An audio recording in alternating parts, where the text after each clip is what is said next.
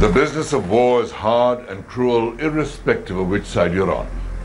A captured diary of a Pakistani infantry officer described how his company had 71 men when they crossed the LOC and took up positions near Kargil in India. 25 of those 71 were evacuated because of altitude sickness before the war even began. No replacements ever came. The soldiers were left to their fate as the Indian Air Force bombed their supply lines. Some Pakistani outposts subsisted on spoons of sugar for the last few days. But India's armed forces overcame far greater challenges as they fought the invaders in the world's most terrain.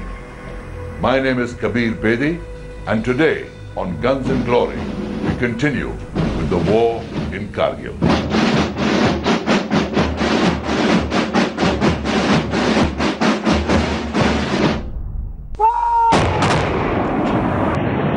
As the Indian Army and Air Force began operations in Kargil, the chief of the Pakistani Army, General Pervez Musharraf, went on an official visit to China. Between May 26th and May 29th, 1999, he had several conversations over the phone with his trusted chief of staff, Lieutenant General Muhammad Aziz. In one of them, General Aziz reported about a meeting chaired by Nawaz Sharif, at which the chiefs of the Pakistan Air Force and Navy complained to Sharif that Musharraf had kept them in the dark about the invasion of the Kargil heights. इस सारे operation की कामयाबी की बुनियादी वजह यही है कि इन्होंने लोगों को नहीं बताया। अगर ये बताया जाता तो हमारा तजर्बा ये कहता है जैसे पहले सारी कोशिशें नाकाम होती रही, ये भी नाकाम हो जाती। This telephone conversation was intercepted by RAW, India's intelligence agency, and made public. The transcripts were distributed to foreign embassies in Delhi. At once the world knew that from the beginning, Kargil had unquestionably been an operation of the Pakistan Army.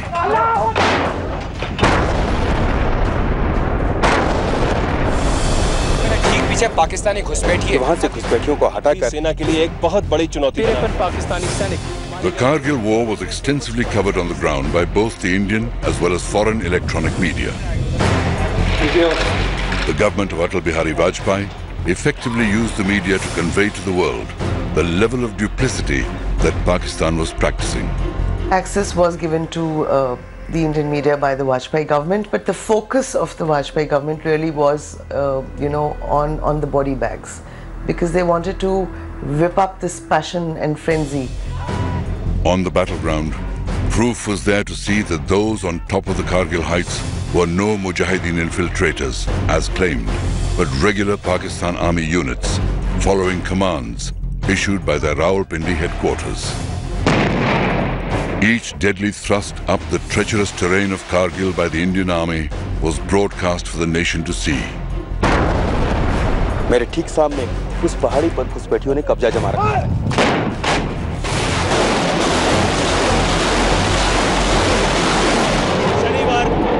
शनिवार 7:45 बजे है और भारतीय सेना ने For the first time, Indians saw their heroes in action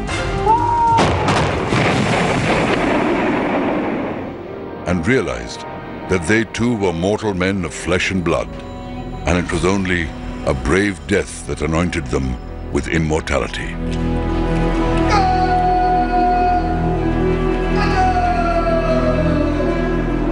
The people who won the Kargil War for us were really the junior officers and the mid-level officers. I would say even the senior leadership failed because they kept touting the official line that, it was some rats have come in, we'll be able to clear them in 48 hours. As we know, the war went on for over 2 months. The final assault to capture point 5140 began from different directions. 3 battalions, 1 each from the Garhwal Rifles, Jammu and Kashmir Rifles, and the Naga Regiment were given the task of evicting the Pakistanis. Captain Vikram Batra of the 13 JAK Rifles and his Delta Company were among those tasked with recapturing point 5140. Nicknamed Sher Shah for his unstinting courage, Captain Batra decided to attack from the rear to surprise the enemy.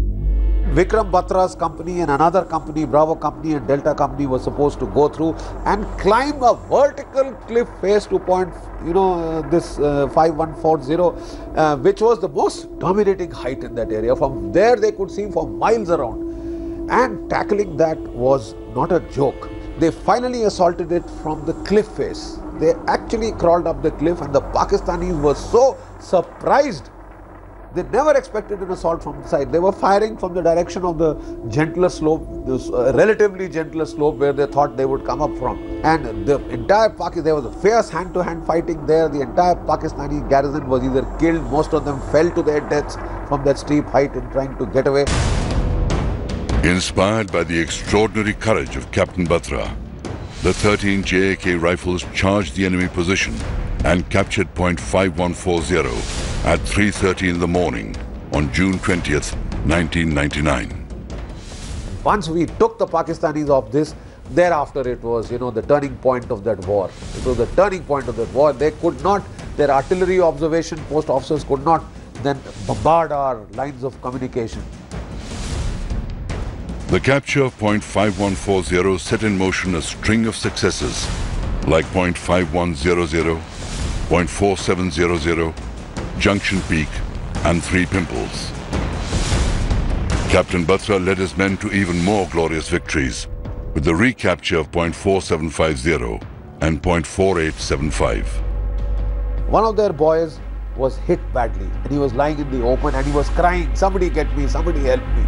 So one of the JCOs of Vikram Singh, he said, "Sir, I'll get him." Vikram laid a hand on his shoulder and he said, "Tu baal bachedar hai, main shara hu. You are married. Look, I have nobody behind me." He went to get that boy out.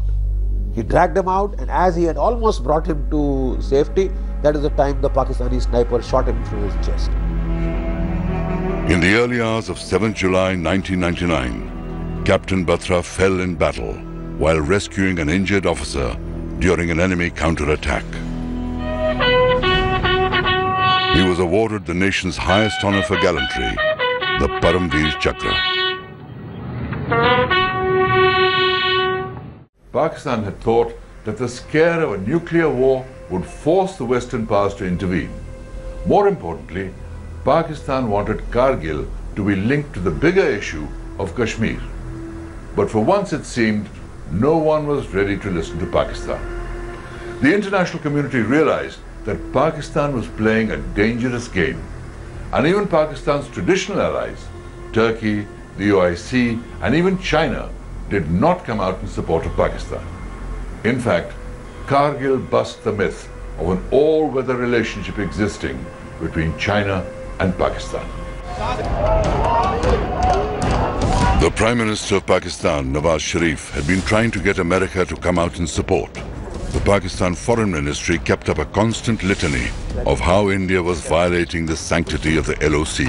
In my lifetime.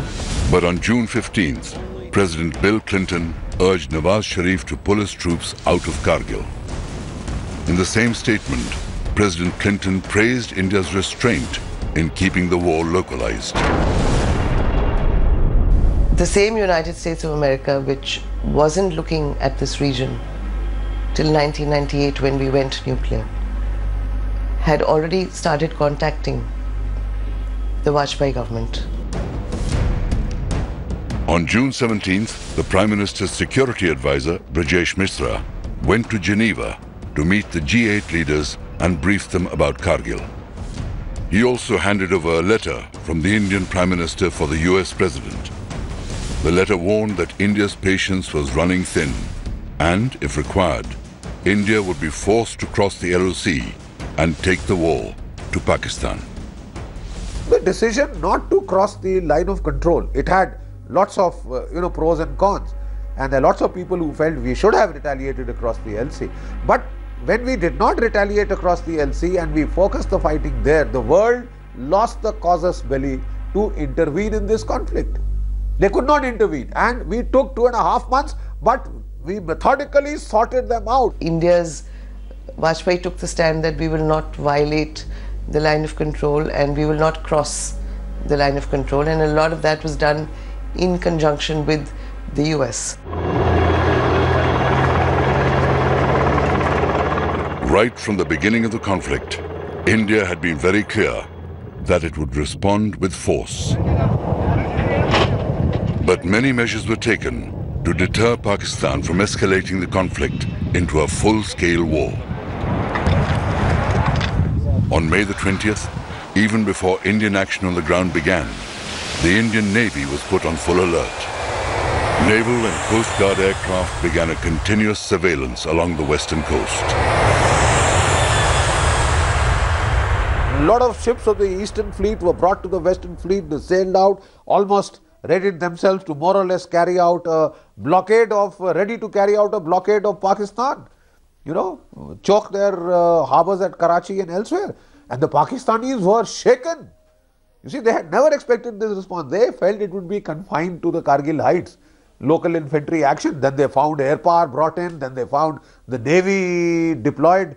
You see, that is what shook them up. Amphibious forces of the Indian Navy from the Andaman Islands in the east were moved to the western seaboard. As the exercise shifted westwards, Pakistan moved all its major warships out of Karachi. It also had to escort oil tankers from the Gulf, anticipating attacks or a blockade by Indian ships, which limited their supplies. Prime Minister Nawaz Sharif later disclosed that at the time, Pakistan had just 6 days of fuel to sustain itself if a full-fledged war had broken out. While the Navy kept a watch on the sea, the fighting in the mountains intensified. But the all-important Tiger Hill still remained in Pakistani hands.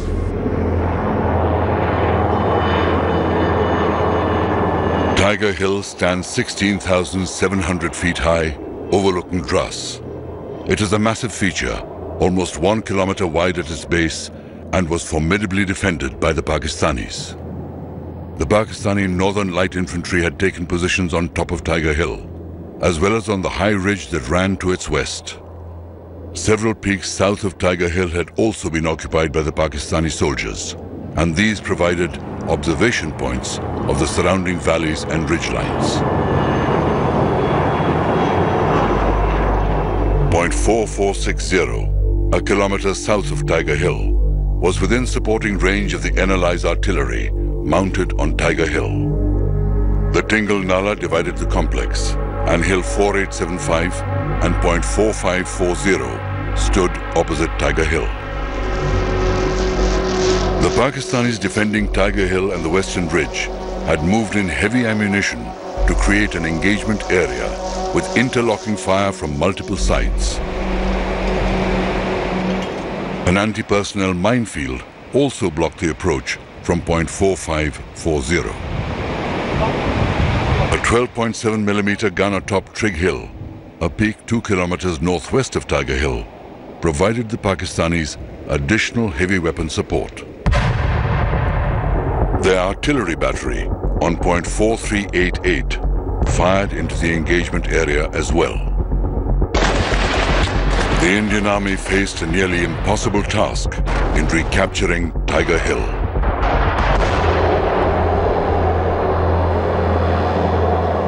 India had captured Point 4460 in late May, and this provided a base to direct fire onto Tiger Hill.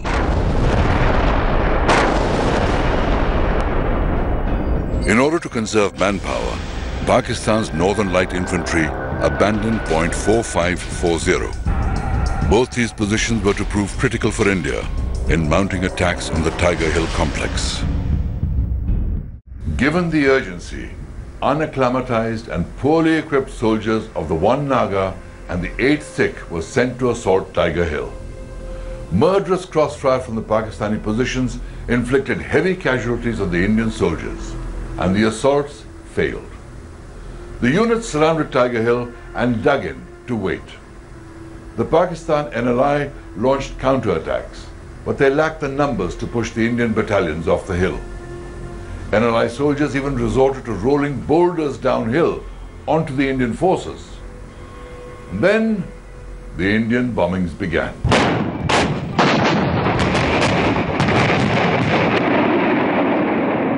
As India's massive bombardment began, it stretched the Pakistani positions to the limit. India continued pounding the forward slopes of Tiger Hill and the ridge. with as many as 1,200 rounds exploding every 5 minutes.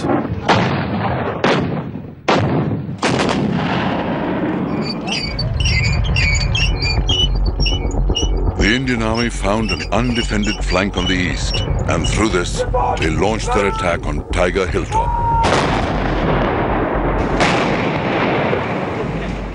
At the same time, a small raiding party penetrated Pakistan's line of defense on the western ridge. 25 soldiers of the 18 Grenadiers were ordered to advance and capture Tiger Hill. After scaling the rocks for 3 nights, they were just 50 meters below Tiger Hill when a stone slipped, giving away their position. Seeing this, the enemy opened up heavy machine gun, grenade and rocket fire, and in hand-to-hand fight, the team leader Havaldar Madan Lal and 5 soldiers got killed. But 7 soldiers who were near the Pakistani bunkers could neither advance nor retreat. One of them was Grenadier Yogendra Singh Yadav. Sensing the gravity of the situation, Yogendra Yadav wanted to silence the automatic fire of enemy machine gun, which was coming from a bunker, by throwing a grenade inside it. He mustered up his courage, crawled up to the bunker and lobbed grenades inside the machine gun bunker and killing 4 Pakistanis in it. Yogendra Singh sustained 15 bullet injuries and was the sole survivor of the 7 soldiers of the 18th Grenadiers who stayed on to fight the Pakistanis. यहाँ पैर में हाथ में गोली मारी, last में उसने यहाँ पे गोली मारी। तो 3 दिन तो हो गए थे पहाड़ी में चलते चलते, पूरी पैंट फट चुकी थी पीछे से। तो पर्स रखा हुआ था यहाँ पर, पर्स में कुदरती तौर पर जो है गिलट के 5-5 रुपए के कई सिक्के थे। जब उसने गोली मारी तो वो सिक्के पे लगी, तो रिकोचिट होगी गोली, तो मुझे एहसास लगा कि मैं मर गया। जब उसका दूसरा जवान बंदा साथी जो हमारे साथ पास आया वेपन उठाने के लिए, उसने मेरा AK-47 उठाया और वापस मुड़ा, तो मेरी एकदम आंखें खुली ऐसे जैसे नींद से जगा हूँ।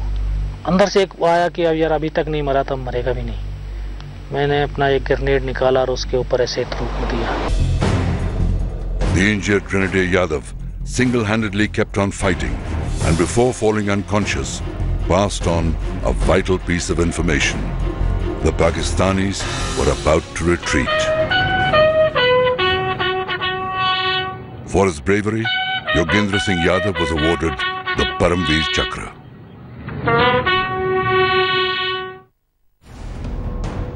The Pakistani forces had been split in 2. They desperately tried to counterattack to join their lines. On July 8th, facing near certain defeat, the NLI abandoned Tiger Hill, leaving all their dead behind. While most of the Kargil War was fought around Kargil, there was one battle which was fought on the Siachen Glacier. Pakistan's NLI had occupied the Balal Post, 19,000 feet high, the highest point that divides Indian and Pakistani positions in Siachen, a height where soldiers have to fight for every breath. In an amazing feat of mountaineering, 48 heroic men of the Indian Army climbed 1,800 feet of near vertical rock face to surprise the Pakistanis and recapture Balal Post on June the 27th, 1999. Such is the grit of the Indian soldier. But for the Kargil War to end, Nawaz Sharif had to rush to Washington.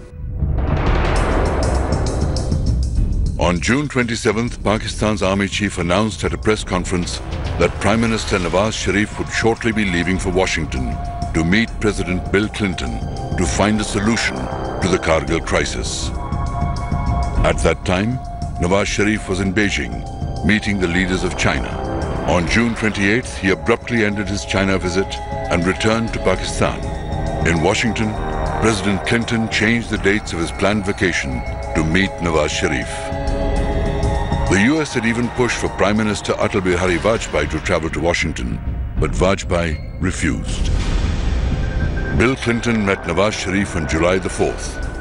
Behind the scenes, Pakistani and US officials sat across the table to hammer out the exact wording for the declaration that would follow. Bill Clinton's National Security Advisor, Samuel Berger, constantly discussed the wording with Vajpayee's security advisor, Rajesh Mishra, in Washington. In Delhi, Prime Minister Vajpayee waited for President Clinton to call and tell him that Pakistan would withdraw its remaining troops with immediate effect.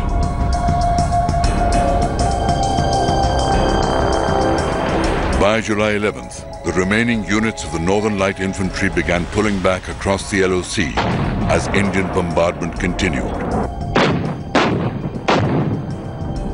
And Indian troops recaptured key peaks in the Batalik sector. India set a deadline of July 16th for all Pakistanis to return to their side of the line of control. On July the 12th, Nawaz Sharif went on television to explain to his people why Pakistan was retreating from Kargil. The war in Kargil officially ended on 26 July, but it had far-reaching consequences for the future.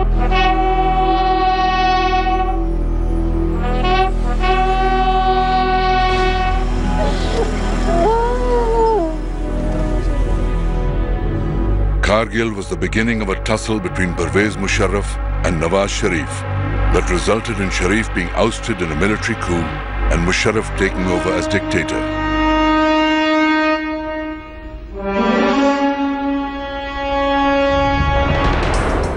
Today, the wheel has turned again, with Nawaz Sharif back in power and Musharraf being tried for treason. India learnt many lessons from Kargil.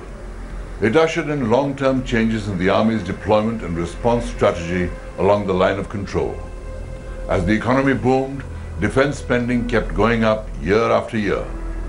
Kargil also made the Bofors guns legendary. And in Kargil, the Indian Air Force wrote the instruction manual for high-altitude air warfare. But war is war. And where there are guns and glory, there is also terrible death and suffering. We end this series with the idealistic hope that there are no more wars and that glory not depend on the barrel of a gun.